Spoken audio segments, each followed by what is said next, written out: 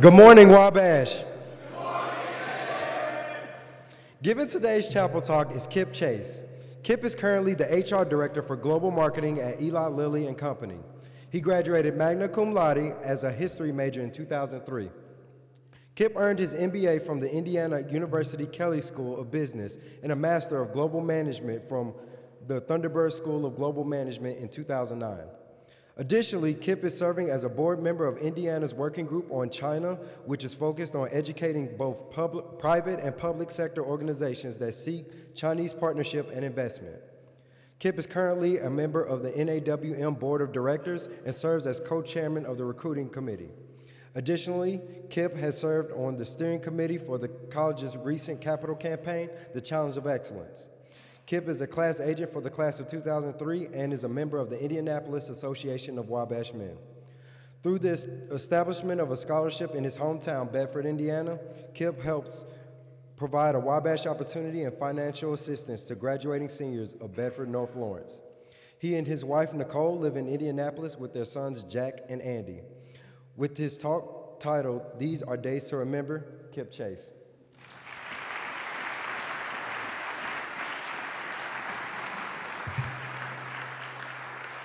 All right.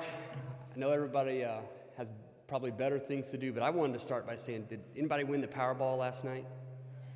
Anybody? I heard on the radio that you had a better chance of being possessed than winning the lottery. So I just found that to be an interesting point as we started. So good morning. It's a privilege to be here. I just want to first say thanks to the Sphinx Club for allowing me to be here. I want to say hello to President White, to the faculty and staff. Coach Petty's here. I've already asked him to make sure that he's not going to yell at me like he did whenever I was a player for him during this talk, although he'll probably give me some coaching points at the end. Allison Cothy, great to see you. So I've titled this talk, "These Are Days to Remember."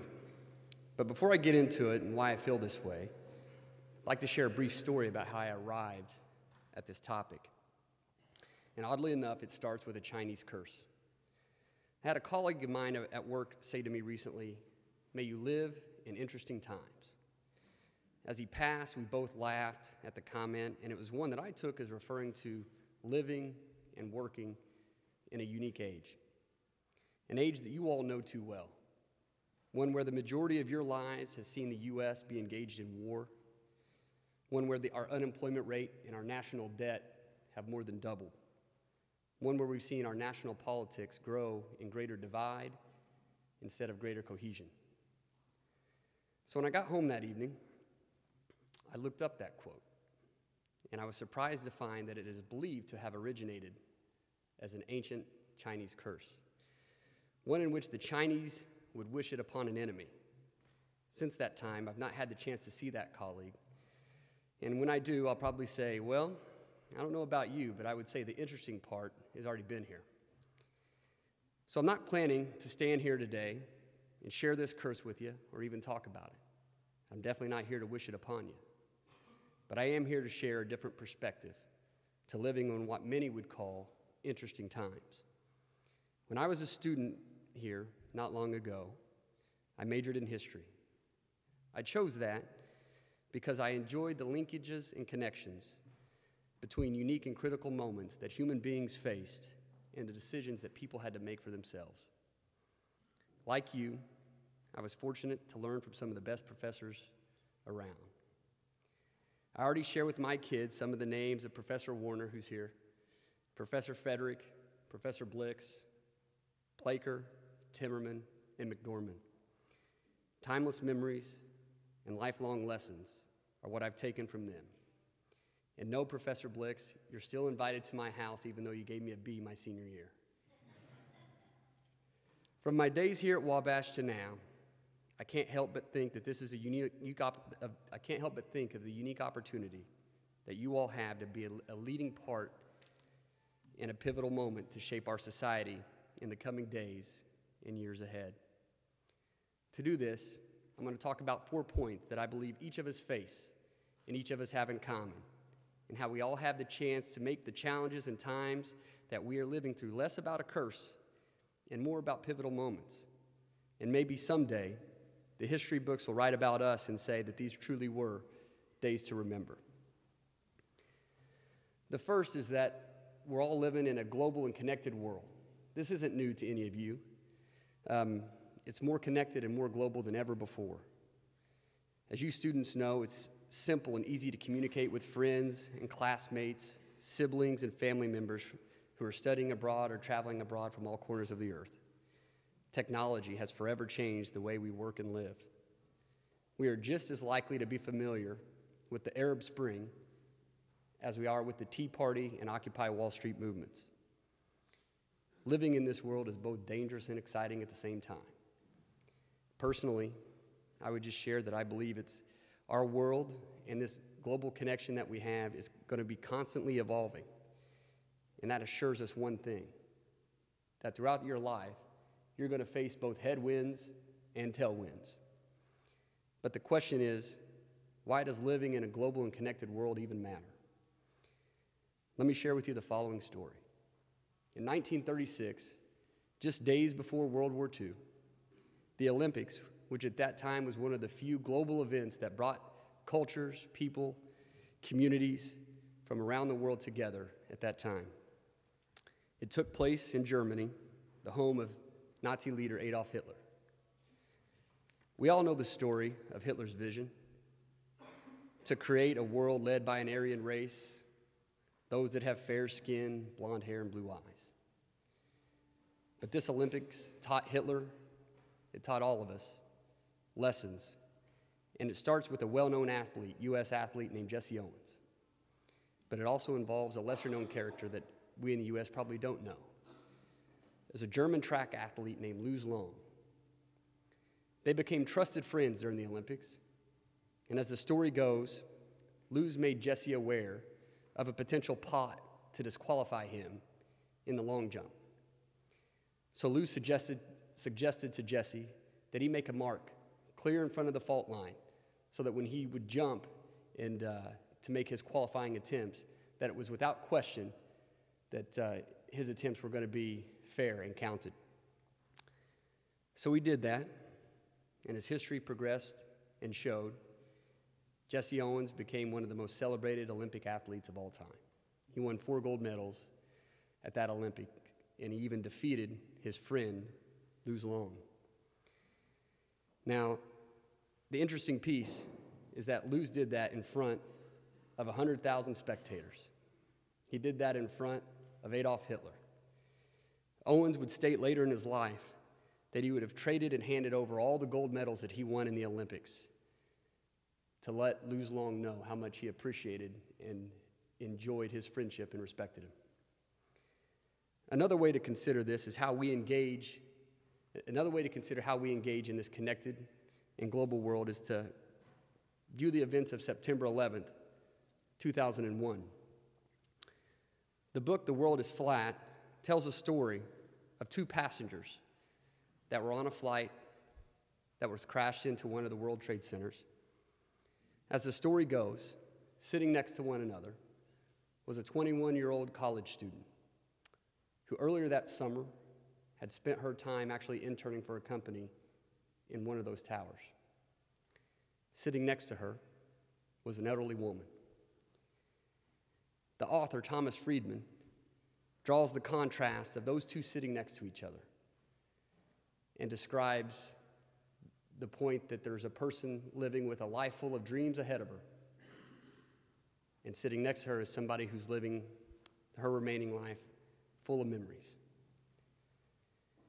My hope is that as you hear these stories, is that you take away the point that we will continue to be faced with difference in our lives.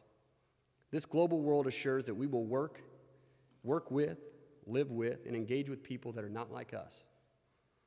We will navigate this world and its challenges with people who have different backgrounds, perspectives, different goals and agendas. And through it all, we can choose to look at the way the world Hitler did, or we can live and learn with the lessons of Owens and Long. And hopefully we can also discern the value of living a life full of dreams instead of choosing to live a life full of memories. The next point, and I believe this to be absolutely true, is that everybody in here, will face challenges. I've not ever met, seen, or been introduced to anybody that didn't have to face challenges, either personally or professionally. Being on campus today, it reminds me of a dear friend and fellow Wabash graduate named Jeff Espino. Many of you here know Jeff, and for those of you who don't, it is such a pleasure to be able to introduce him to you.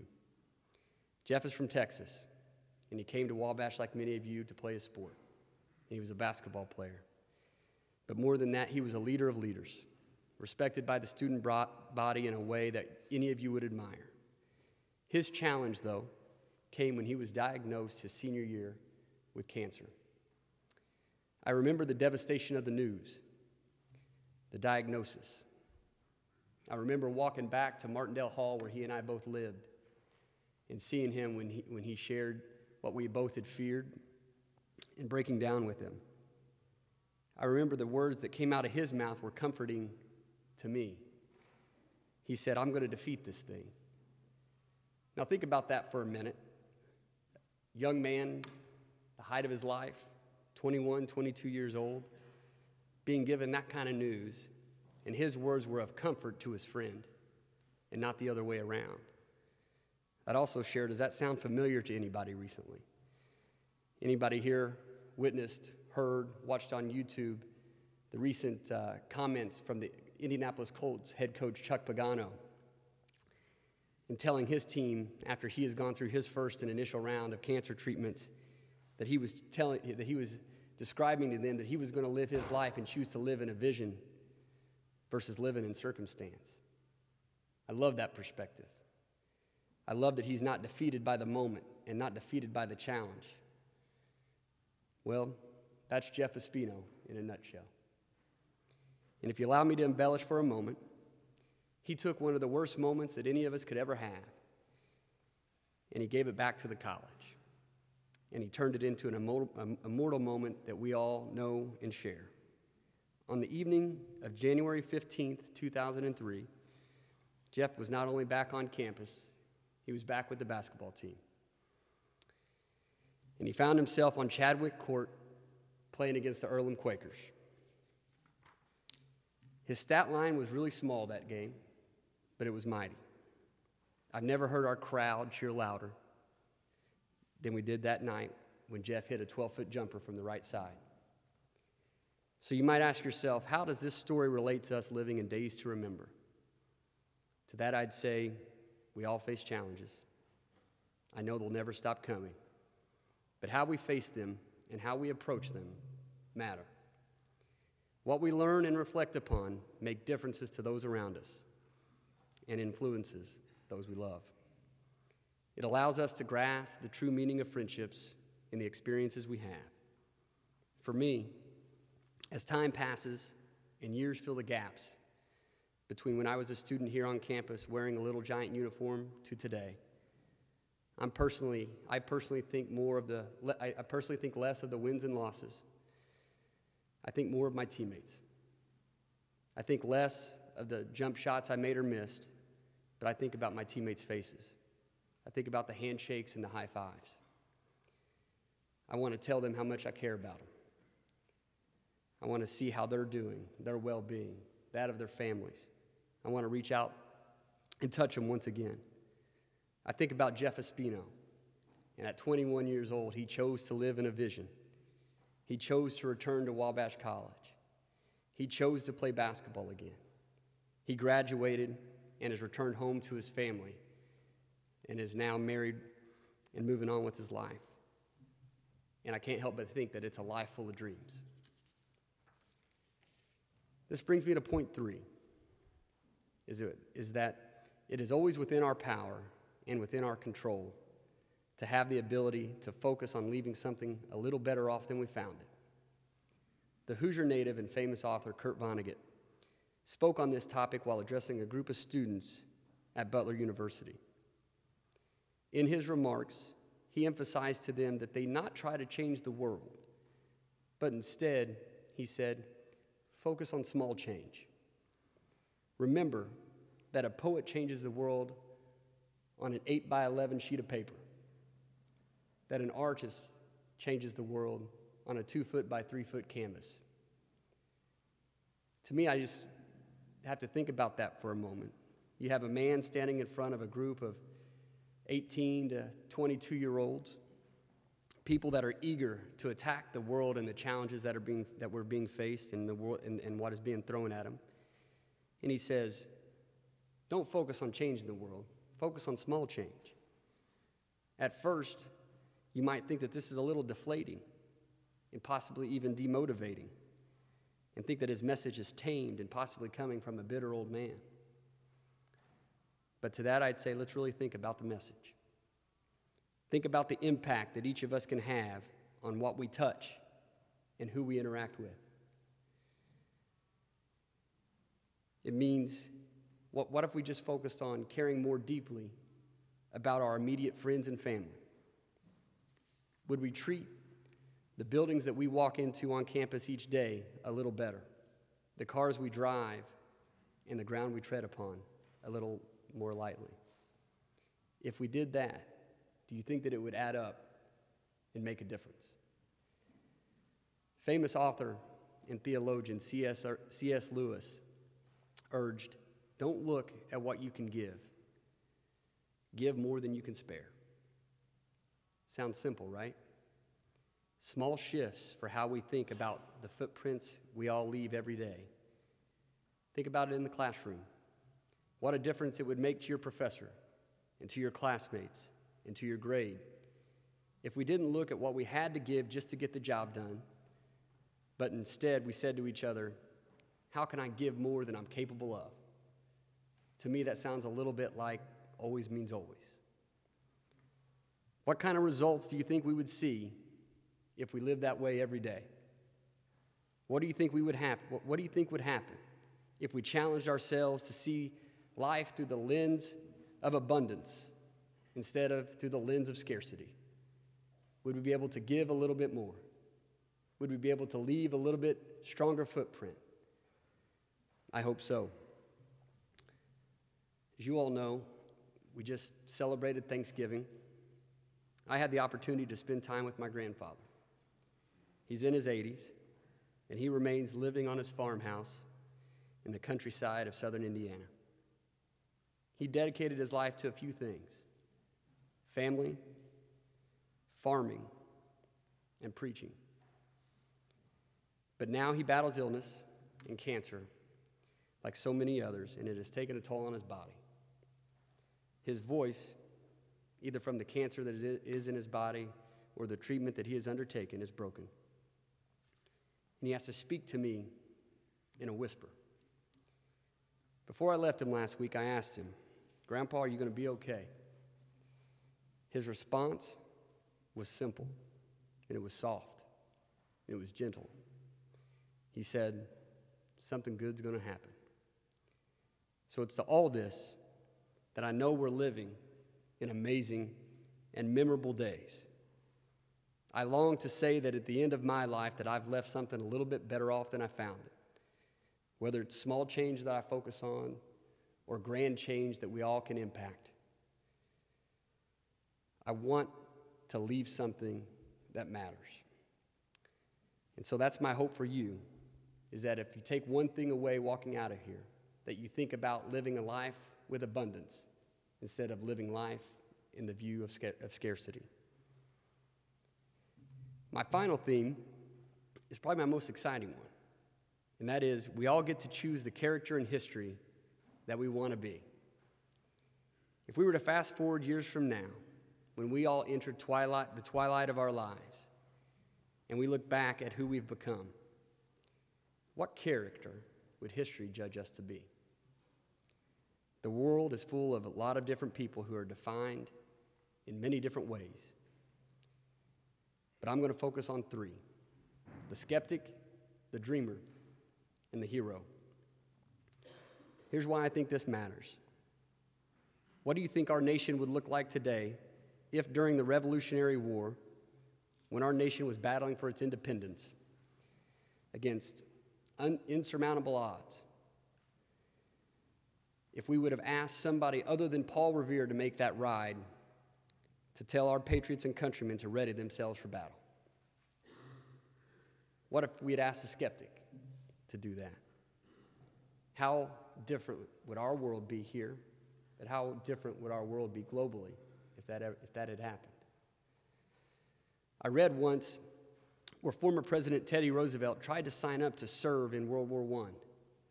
Now, at first, you all may not think much about that, but I tell you that this is 20 years after he had been president of the United States. He was over 50 years old and blind in one eye. I can't help but think, what a man that would be after you had done all that to say, it's time for me to go back and serve. Our nation didn't allow it to happen, and instead, he sent one of his sons to fight the front lines. And unfortunately, his son died in battle. But when word of the ex-president's son's passing made its way across America, thousands and thousands of people wrote to Teddy Roosevelt condolence letters. President Roosevelt famously wrote a letter back to each person that he had received one from. And in one letter, he shared an intimate story of a conversation that he had had with his son. And he said, "Before my son left for war, we talked about whether he should go. And he assured me that he would rather go and not come back than to never not go at all." That mindset has always blown me away. What amazing principle it must be to live in a way that you are so convicted, so passionate, and so selfless to make that sacrifice. And if you've ever questioned whether or not we needed that more than we do today, just look around. We're mired in challenges. But when we receive these types of challenges, we need brave, courageous, and mature solutions. This is just but a small reason why I believe we're living in days to remember. So what does it all mean to you? One of the things I didn't share with you yet is that I'm the father of two sons, a 4-year-old and a 2-year-old. And by the way, they would love to have been here, but I knew that they couldn't keep quiet for more than 5 minutes. My 2-year-old son, by the way, every morning likes to, at invariably one point of the day, get his little arm moving and chant "Wabash always fights." It's pretty funny. But I believe that they will grow up and experience a world that I will never fully know and understand. My dreams for them are simple: to be good men.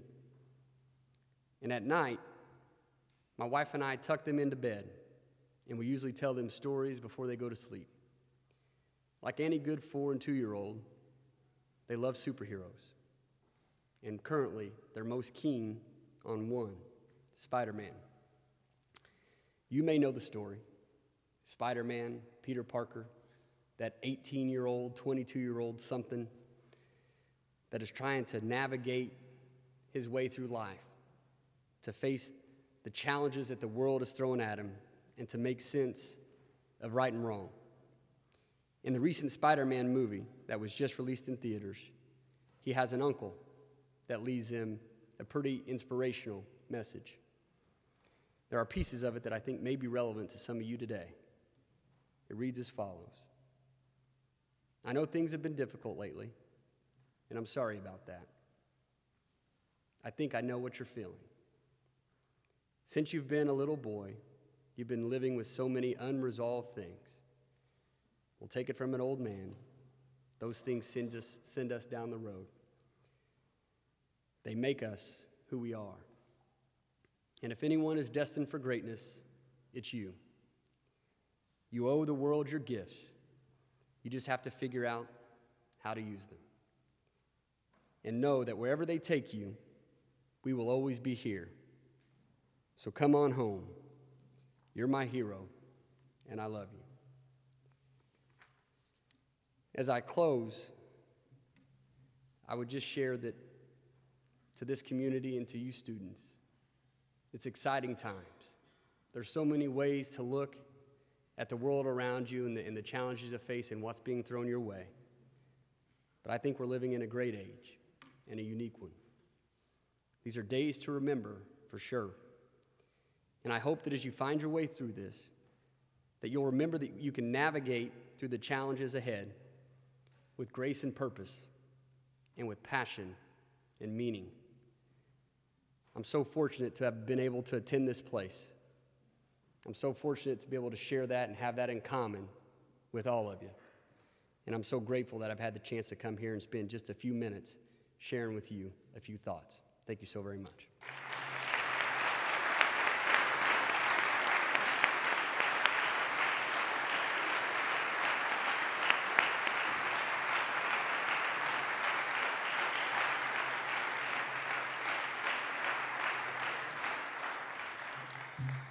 Just a few brief announcements. Swimming and diving will be at Calvin College today through Saturday. Wrestling will be at the University of Indianapolis on Saturday.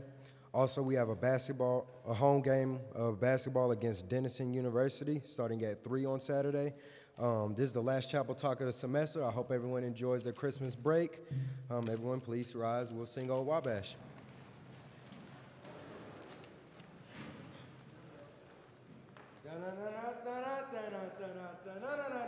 From the hills that make the western plain, where the cotton is blowing, who shares